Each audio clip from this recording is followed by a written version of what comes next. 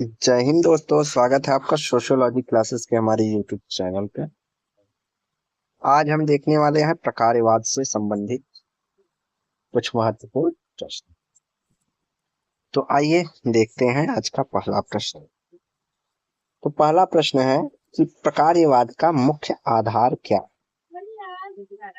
तो जो प्रकारवाद है, तो सबसे पहले जान लेते प्रकारवाद के प्रतिपादक। प्रकारवाद के प्रतिपादक के रूप में दुर्खीम को जाना जाता है, जबकि प्रकारवाद या प्रकार शब्द की जो सर्वप्रथम चर्चा की है वह हर्बर्ट स्पेंसर ने किया है। किसने? स्पेंसर ने। तो यहाँ है प्रकारवाद का मुख्य आधार क्या है। तो प्रकारवाद मानता है कि सामाजिक प्रणाली में स्थिरता और एकता क्या है? स्थिरता और एकता है। इन्होंने कहा कि जो जिस तरह शरीर के सारे अंग एक पार्ट की तरह सब मिलकर कार्य करते हैं, एक भाग बन जाते हैं, एकता होती है, उसी तरह हमारे जो है समाज है, समाज के विभिन्न अंग में पारस्परिकता पाई जाती है, एक दूसरे पर अंतर निर्भरता पाई जाती है और सब मिलकर ही एकता को बनाए रखते हैं। अगला है प्रकारवादी दृष्टिकोण की उत्पत्ति कहाँ से मानी जाती है। तो प्रकारवादी दृष्टिकोण की उपज जैविक उपागम या जैविक सावयव के साथ जोड़कर देखा जाता है, बायोलॉजिकल एनोलॉजी से। अगला प्रश्न है समाजशास्त्र में प्रकारवादी दृष्टिकोण के प्रवर्तक। तो प्रकारवादी दृष्टिकोण के प्रवर्तक कौन है? तो इमानुएल दुर्खीम। लेकिन शब्द किसने दिया था? तो हर्बर्ट स्पेंसर ने सबसे पहले चर्चा। व्यवस्थित रूप से दुर्खीम ने बात की, प्रकारवाद की, इसलिए इन्हें प्रकारवाद का प्रवर्तक या जनक माना जाता। दुर्खीम के अनुसार समाज का अस्तित्व किस पे निर्भर करता है? तो किस पे? सामाजिक एकता और सोशल सॉलिडिटी। तो किस पे? सामाजिक एकता, सोशल सॉलिडिटी। अगला है तो दुर्खीम ने सामाजिक तथ्यों को सोशल फैक्ट किसने समाजशास्त्र का विषय माना है या कहा है? तो सामाजिक तथ्यों की बात करते हैं हमारे इमानुएल दुर्खीम। इन्होंने कहा कि जो समाजशास्त्र है वह सामाजिक तथ्यों का अध्ययन करने वाला व्यक्ति है। कई जगह है इनकी डिफिनेशन में सामाजिक तथ्य मिलेगा आपको, और कई जगह सामूहिक प्रतिनिधान की बात इन्होंने कही। तो यहाँ राइट आंसर हमारा दुर्खीम। अगला दुर्खीम के अनुसार समाज किस प्रकार की इकाई है? तो दुर्खीम के अनुसार समाज की जो इकाई होनी चाहिए वह मोरल, नैतिक सत्ता होनी चाहिए। तो क्या होनी चाहिए? नैतिक सत्ता या moral entity.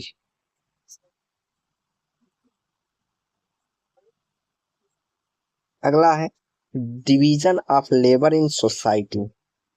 Division of labour in society Durkheim ने किस विषय का जो है विश्लेषण किया है इसमें?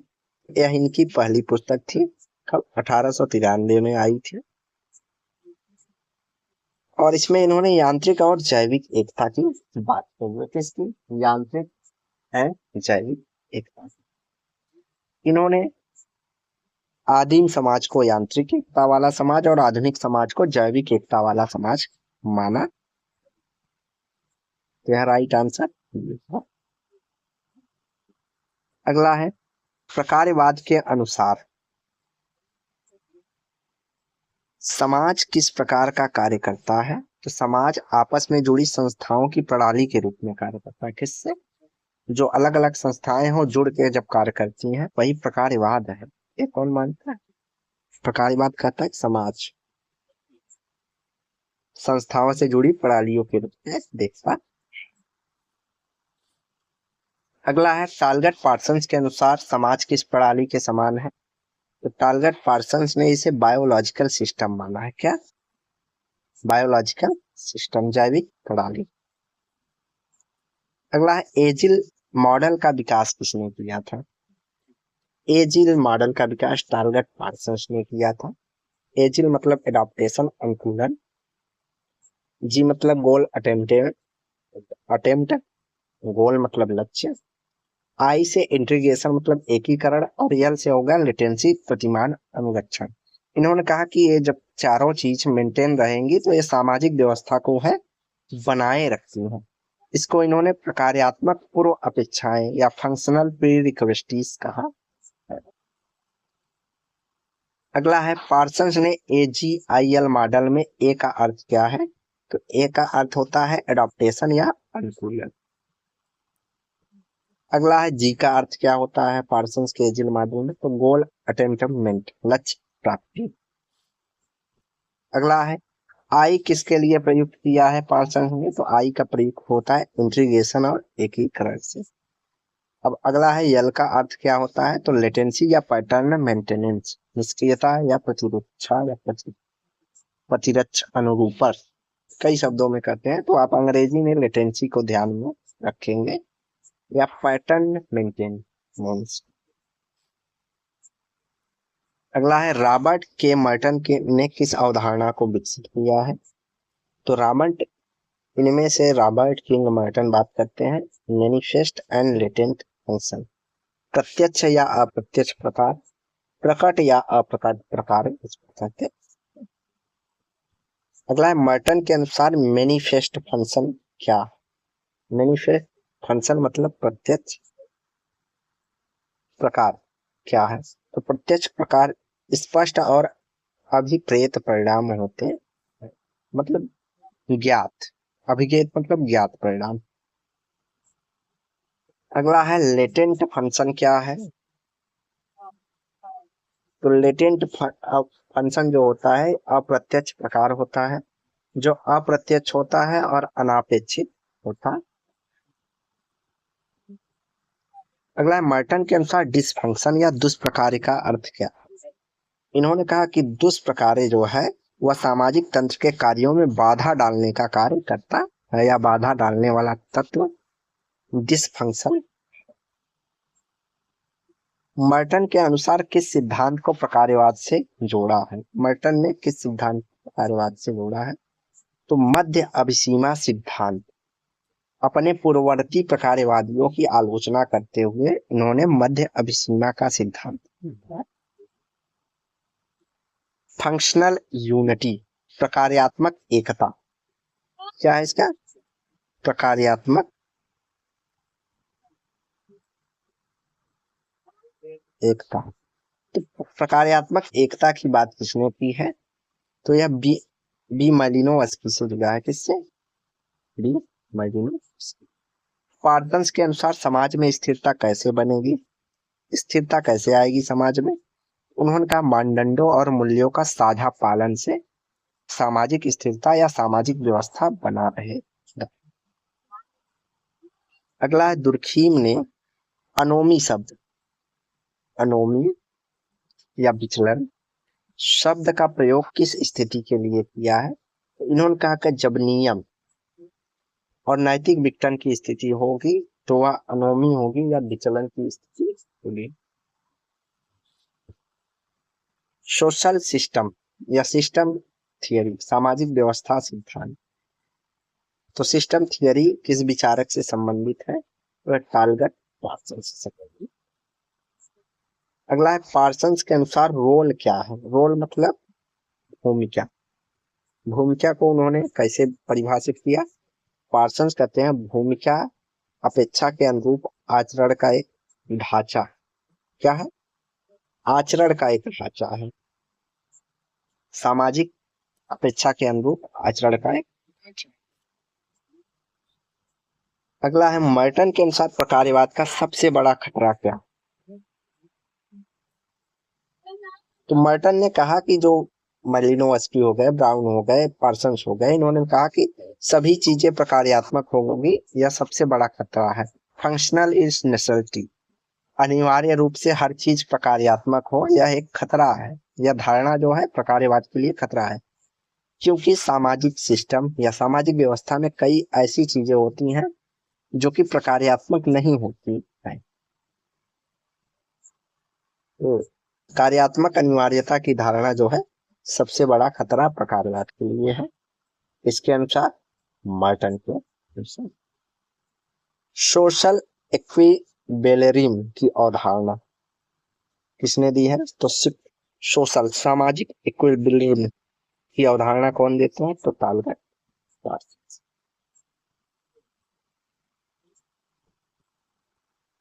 अगला, पार्सन्स के अनुसार एक किस प्रणाली है, मतलब समाज किस प्रणाली से संबंधित है? इन्होंने समाज को आत्म संतुलित या सेल्फ रेगुलेटिंग प्रणाली माना है। किसने? पार्सन्स ने। दुर्खीम के अनुसार क्राइम, अपराध समाज में क्या भूमिका निभाता है? तो दुर्खीम ने कहा कि अपराध सामान्य होते हैं और कई बार अपराध परिवर्तन का कारण बनते हैं। विचलन जो है परिवर्तन का कारण बनते हैं। तो इन्होंने सामाजिक परिवर्तन का एक साधन माना, क्योंकि इससे पता चलता है कि कानून हमारा कहाँ कमजोर है तो उसको और मजबूत बनाया जाता है या परिवर्तन लाया जाता है। अगला है, मर्टन के अनुसार इनोवेशन, नवाचार किस प्रकार का अनुकूलन है? क्या? नवाचार। इन्होंने कहा नवाचार की वह स्थिति होती है जिसमें सांस्कृतिक लक्ष्यों को स्वीकार करना पर वैधानिक साधनों को अस्वीकार करना। तो लक्ष्य तो हमारा समाज के मूल्यों के अनुसार होगा, लेकिन साधन को हम नए तरीके से डिसाइड करेंगे। यह हमारा नवाचार। अगला है, प्रकार्यवाद के अनुसार समाज का हर तत्व होता है। प्रकार्यवाद के अनुसार समाज का हर तत्व कैसा होता है? तो इन्होंने कहा कि जो प्रकारवादी है वो कहते हैं कि वह समग्र में अपना योगदान देते हैं। क्या? जो समाज का हर तत्व जो होता है वह समग्र मतलब संपूर्ण में या सामाजिक तंत्र में अपना योगदान देता है। अगला है, इंस्टीट्यूशनल एकीकरण, संस्थानात्मक एकीकरण की अवधारणा किसने दी है? इंटीग्रेशन की बात किसने की है? तो संस्थानीकरण हो गया, संस्था एकीकरण, या पार्सन से संबंधित से पार्सन से। पार्सन के अनुसार वैल्यू सिस्टम का कार्य क्या है? मूल्य व्यवस्था का कार्य क्या है? वैल्यू सिस्टम, मूल्य व्यवस्था। इन्होंने कहा कि सामाजिक स्थिरता को सुनिश्चित करता है। क्या? जो मूल्य व्यवस्था होती है वह हमारी सामाजिक स्थिरता को सुनिश्चित करती है, सामाजिक व्यवस्था को बनाए रखती है। अगला है, पार्सन्स ने सोशल सिस्टम को किस रूप में देखा है? सामाजिक व्यवस्था को कैसे देखा? इन्होंने कहा पार्सन्स ने कि सामाजिक व्यवस्था जो है वह पारस्परिक भूमिकाओं के एक जटिल नेटवर्क के है। क्या है? पारस्परिक भूमिकाओं का एक जटिल नेटवर्क। तो इन्होंने सामाजिक व्यवस्था को भूमिकाओं के संदर्भ में देखा है और एक क्वेश्चन यूजीसी नेट के एग्जाम में पूछा भी जा चुका है। अगला है, पैटर्न वेरिएबल्स का प्रयोग किसने किया है? प्रतिमान चर। तो टालगट पार्सन्स है जिन्होंने प्रतिमान चर की चर्चा की। अगला, पैटर्न वेरिएबल्स का उपयोग किस लिए किया जाता है या किया गया है?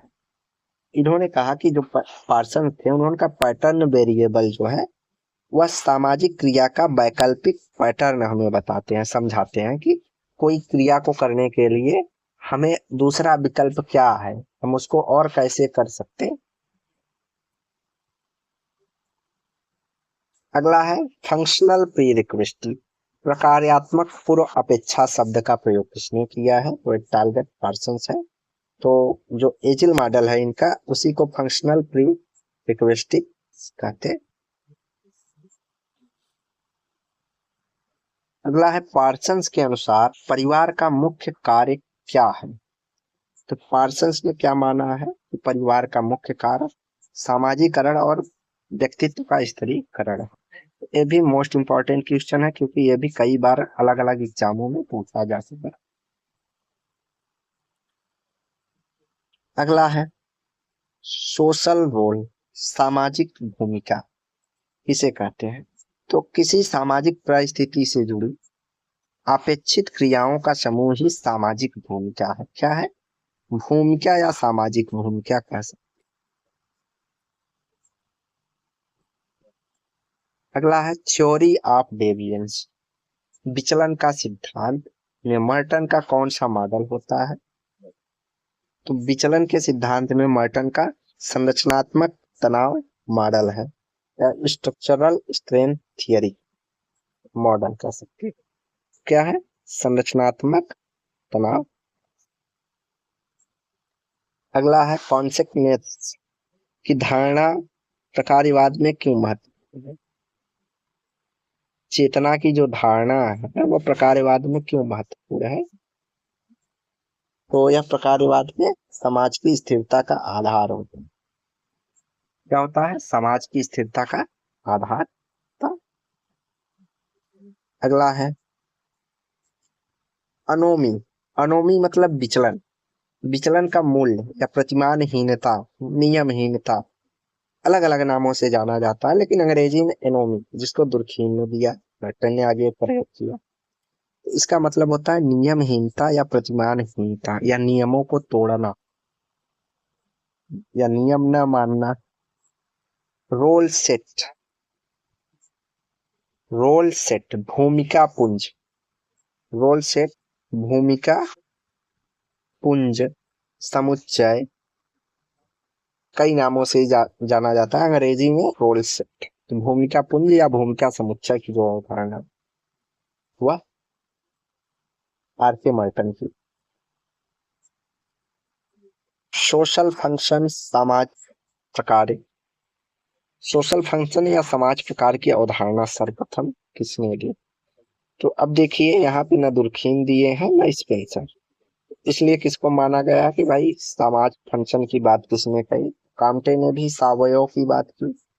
उन्होंने जब समाज को बताया उद्विकासी विचार का शुरुआत तो कांटे ने ही किया था, लेकिन उसको व्यवस्थित करने का काम किसने किया था? तो हर्बर्ट स्पेंसर ने उसको व्यवस्थित किया, और आगे चल के दुर्खीम ने उसे और अच्छे से समझाया। ये चीजें हैं। तो यहाँ अगर हमारे स्पेंसर होते, स्पेंसर आंसर है, स्पेंसर नहीं है तो कांटे आंसर भी सही बात जाएगा। अगला फंक्शनल अल्टरनेटिव, प्रकार्यात्मक विकल्प का अर्थ क्या? तो एक ही सामाजिक आवश्यकता को पूरा करने के अनेक तरीके या अनेक साधन, तो वह प्रकार्यात्मक विकल्प। तो प्रकार्यात्मक विकल्प की बात किसने कही? तो प्रकार्यात्मक विकल्प की बात करते हैं मर्टन। कौन करते हैं? अगला मर्टन के अनुसार हर संरचना कार्यात्मक नहीं है। क्योंकि तो मर्टन ने कहा कि समाज की प्रत्येक संरचना प्रकार्यात्मक नहीं होगी, क्योंकि उस कुछ तत्व समाज के लिए डिसफंक्शनल, दुष्प्रकार्यात्मक हो सकते हैं। तो ये सही है इसका। उन्होंने कहा कि भाई समाज के कुछ हिस्से जो होते हैं वह जरूरी नहीं है प्रकार्यात्मक हो, वो प्रकार्यों में बाधा भी पहुंचाते हैं। तुम किसने कहा? मर्टन ने। अगला दुर्खीम के अनुसार आत्महत्या की दर सबसे अधिक कब होती है? तो इन्होंने कहा कि जब सामाजिक एकता कमजोर होती है तब आत्महत्या दर बढ़ जाती है। क्या होती है? जब सामाजिक एकता कमजोर होती है तो आत्महत्या दर बढ़ जाती है। अगला है एगोइस्टिक सुसाइड। एगोइस्टिक मतलब अहमवादी आत्महत्या किस स्थिति में होता है? तो अहमवादी आत्महत्या होता है जब व्यक्ति अपने आप को सर्वोपरि हो समझने लगता है और अकेला महसूस करता है, उसका साथ कोई नहीं देता है, उसका अहम सबसे ऊपर हो जाता है, तो वह सामाजिक संबंधों के अभाव में रहता है। क्या होता है? सामाजिक संबंधों के अभाव में व्यक्ति अहमवादी आत्महत्या के श्रेणी में आएगा, जो सामाजिक संबंधों के अभाव में अकेलेपन के कारण आत्महत्या कर ले।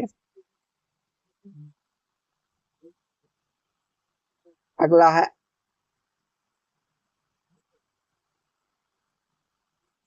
अल्टरिस्टिक सुसाइड का अर्थ क्या है? मतलब परार्थवादी आत्महत्या। क्या? परार्थवादी आत्महत्या। परार्थवादी आत्महत्या, परार्थवादी आत्महत्या तब होता है जब समूह, सामाजिक समूह से व्यक्ति बहुत अधिक जुड़ाव मानता है और सामाजिक समूह के लिए स्वयं को बलिदान कर देता है। मतलब यहाँ उसका जुड़ाव चरम स्थिति पे होता है और सामाजिक समूह के भलाई के लिए अपना बलिदान दे देता है, तो वह परार्थवादी आत्महत्या की श्रेणी में आएगा। जैसे किसी सिपाही का बॉर्डर पे शहीद हो जाना परार्थवादी आत्महत्या का उदाहरण। अगला है स्ट्रक्चरल फंक्शनलिज्म शब्द का प्रयोग सबसे पहले स्ट्रक्चरल संरचनात्मक प्रकारवाद शब्द का सबसे पहले प्रयोग किए थे रेडक्लिफ ब्राउन। किसने किया था? Radcliffe Brown. अगला है रेडक्लिफ ब्राउन ने स्ट्रक्चर शब्द को किस अर्थ में लिया? उन्होंने स्ट्रक्चर अर्थात संरचना की जो बात कही है वह सामाजिक संबंधों के संगठन के रूप में की है। किससे? सामाजिक संबंधों के संगठन के रूप में। अगला मालिनोवस्की ने प्रकार्य को कैसे परिभाषित किया? तो मालिनोवस्की ने कहा कि भैया प्रकार्य क्या है? वह जो व्यक्ति के जैविक और सामाजिक आवश्यकताओं को पूरा करता है, जैविक और सामाजिक आवश्यकताओं को पूरा करता है, और इनकी जो अवधारणा है इससे जुड़ी हुई उसे इन्होंने प्रकार्यात्मक एकता कहा है, या इनको व्यक्तिवादी प्रकार्यवाद, सांस्कृतिक प्रकार्यवाद के रूप में भी मालिनोवस्की को जाना जाता है। अगला मालिनोवस्की का दृष्टिकोण किस प्रकार का था? तो मालिनोवस्की का दृष्टिकोण था जैविक प्रकार्यवाद, बायोलॉजिकल फंक्शनलिज्म। अगला है रेडक्लिफ ब्राउन किस प्रकार के प्रकार्यवादी थे? तो वह संरचनात्मक प्रकार्यवादी। अगला है किनशिप सिस्टम, नातेदारी व्यवस्था में सामाजिक संरचना का आधार किसे माना? इन्होंने कहा कि सामाजिक संरचना का प्रमुख आधार नातेदारी व्यवस्था है, तो रेडक्लिफ ब्राउन।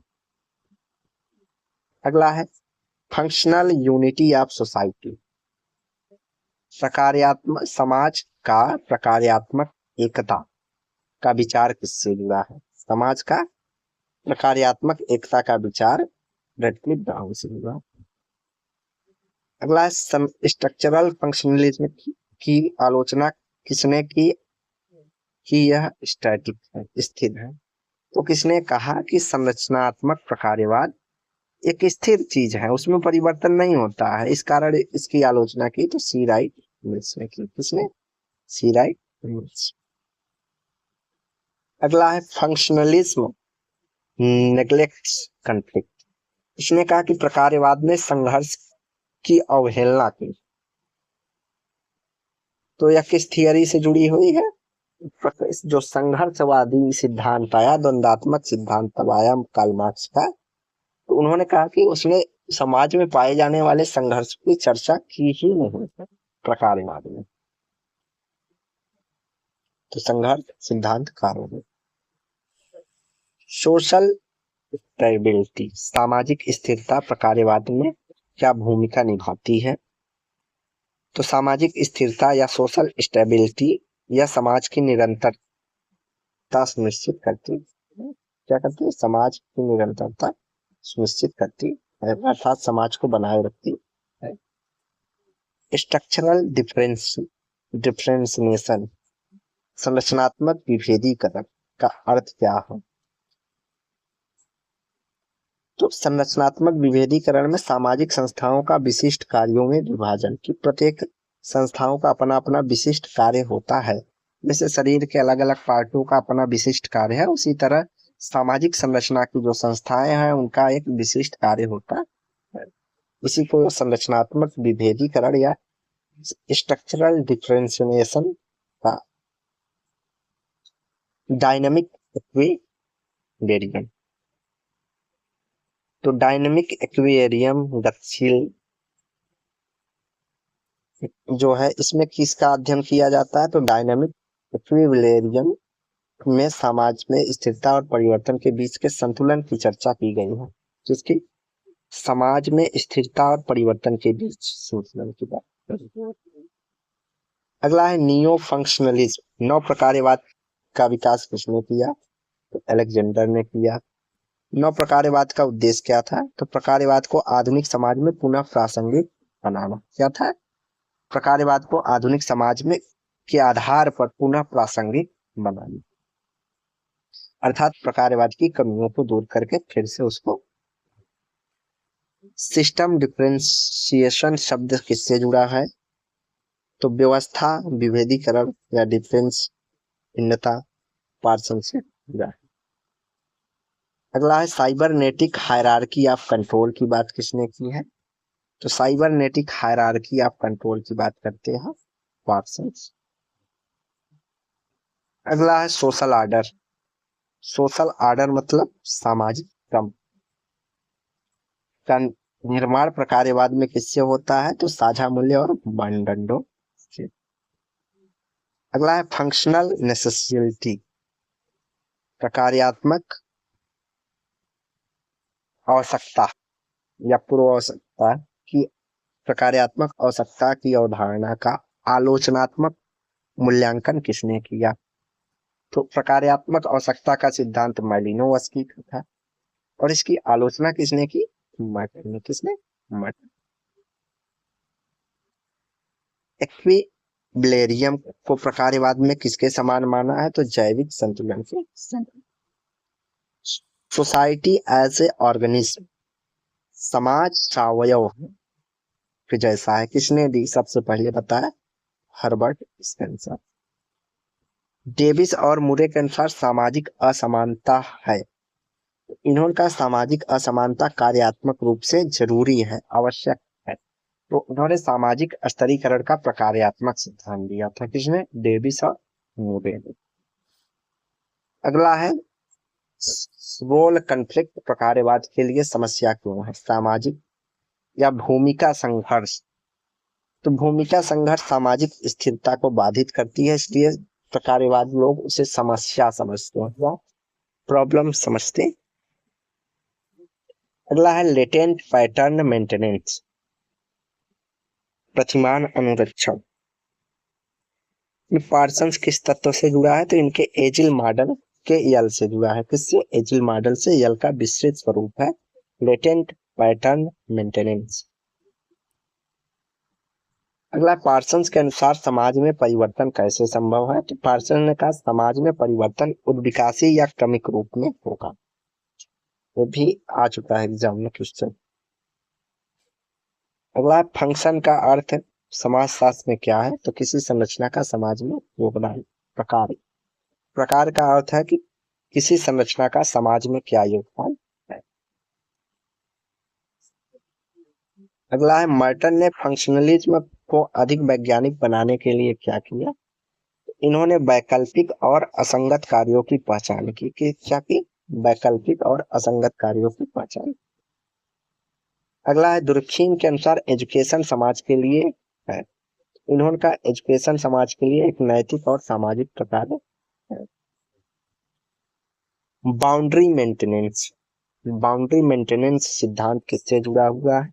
यह पार्सन से जुड़ा हुआ है। क्या? Boundary maintenance. अगला है फीडबैक मैकेनिज्म, प्रकारवाद में क्या है?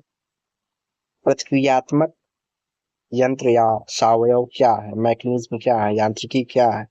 तो संतुलन को बनाए रखने की एक प्रक्रिया फीडबैक मैकेनिज्म कहलाती है प्रकारवाद में। अगला है स्ट्रक्चरल फंक्शनलिज्म की सबसे बड़ी आलोचना क्या है? तो संरचनात्मक प्रकारवाद या प्रकार का सबसे बड़ी आलोचना है कि यह परिवर्तन और संघर्ष की उपेक्षा करता है। क्या करता है? परिवर्तन और संघर्ष की उपेक्षा करता है। अगला है फंक्शनल इंपरेटिव का तात्पर्य क्या है? फंक्शनल इंपरेटिव का तात्पर्य है कि सामाजिक प्रणाली के अस्तित्व हेतु आवश्यक स्थितियों को बताना कि भैया क्या समाज को बनाए रखने के लिए जरूरी है।